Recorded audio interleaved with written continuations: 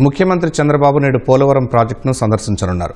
మరింత సమాచారం మా ప్రతినిధి మహేష్ ప్రత్యక్ష ప్రసారం ద్వారా అందిస్తారు. రాష్ట్రానికి జీవనాడిగా భావించేటువంటి పోలవరం ప్రాజెక్టును 2027 నాటికి ఎట్టి పరిస్థితుల్లోనూ పూర్తి చేయాలన్న సంకల్పంతో రాష్ట్ర ప్రభుత్వం పనిచేస్తోంది.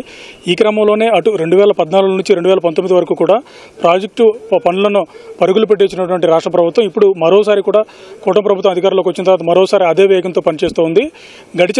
గడిచిన హిస్టరీ చూసుకుంటే 2014 నుంచి 19 లోపు ఈ పనుల వేగాన్ని రెట్టింపు అటు అధికారులను ఇటు పనుల వేగాన్ని రెట్టింపు వేగంతో పనిచేసేలాగా పనిచేయించినటువంటి ప్రభుత్వం దాదాపు 30 సార్లు ఆ 5 ఏళ్లలోనే దాదాపు 30 సార్లు ఈ పోలవరం ప్రాజెక్టుని ముఖ్యమంత్రి చంద్రబాబు నాయుడు క్షేత్రస్థాయిలో పరిశీలించి పర్యవేక్షించారు.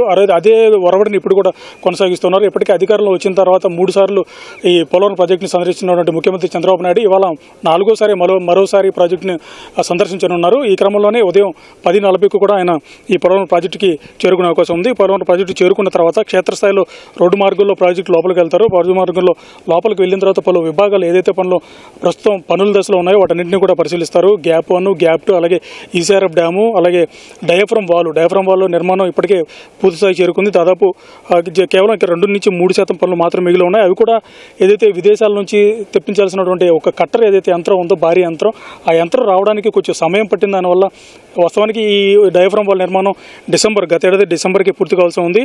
ఆ యంత్రం కాస్త లేటుగా రావడం వల్ల, ఆలస్యం కావడం వల్ల ఈ జాప్యం అయితే నెలకొందని చెప్పవచ్చు. ఈ నెలాఖరు వరకు కూడా ఈ పనులు అయితే ఏదైతే మిగిలి ఉన్న డయాఫ్రమ్ వాల్కి సంబంధించిన 2 నుంచి 3% పనులు ఉన్నాయో ఆ పనులు కూడా పూర్తి అవుతాయి.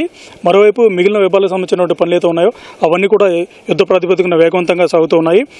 ప్రాజెక్టు పనులు క్షేత్రస్థాయిలో పర్యవేక్షించిన అనంతరం ముఖ్యమంత్రి Chandrababu Naidu project hill view ఉన్న ప్రాంతంలో ఉన్నటువంటి గెస్ట్ హౌస్కి చేరుకుంటారు.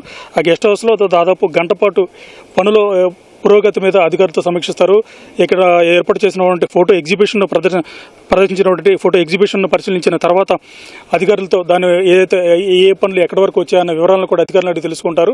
మొత్తం మీద ఈ ప్రాజెక్టు ఏదైతే ఉందో 2027 గోదావరి పుష్కరాల కంటే ముందే ఈ ప్రాజెక్టును పూర్తి చేసి జాతికి అంకితం చేయాలన్నటువంటి కృతనిశ్చయంతో ప్రభుత్వం ఉంది. ఒకసారి ఈ ప్రాజెక్టు అందుబాటులోకి వచ్చిన తర్వాత కొత్తగా దాదాపు 7.2 లక్షల ఆయకట్టుకు కొత్తగా నీరు అందే అవకాశం ఉంటుంది. మరోవైపు 23 టీఎంసీల అటు సాగునీరు అలా తాగునీరు పరిశ్రమలకు కూడా నీరు అందే అవకాశం ఉంది. మరోవైపు 960 మెగావాట్ల జల విద్యుత్తు కూడా దీని నుంచి మనకి ఉత్పత్తి అయ్యే అవకాశం ఉంది. మొత్తం ఇవన్నీ చూసుకుంటే కూడా చాలా బహుళార్థ సాధకంగా చెప్పుకోవచ్చు ఈ ప్రాజెక్టుని. ఒకసారి ఈ ప్రాజెక్టును రాష్ట్ర గతినే మార్చే అవకాశం ఈ ప్రాజెక్టుకు ఉంది.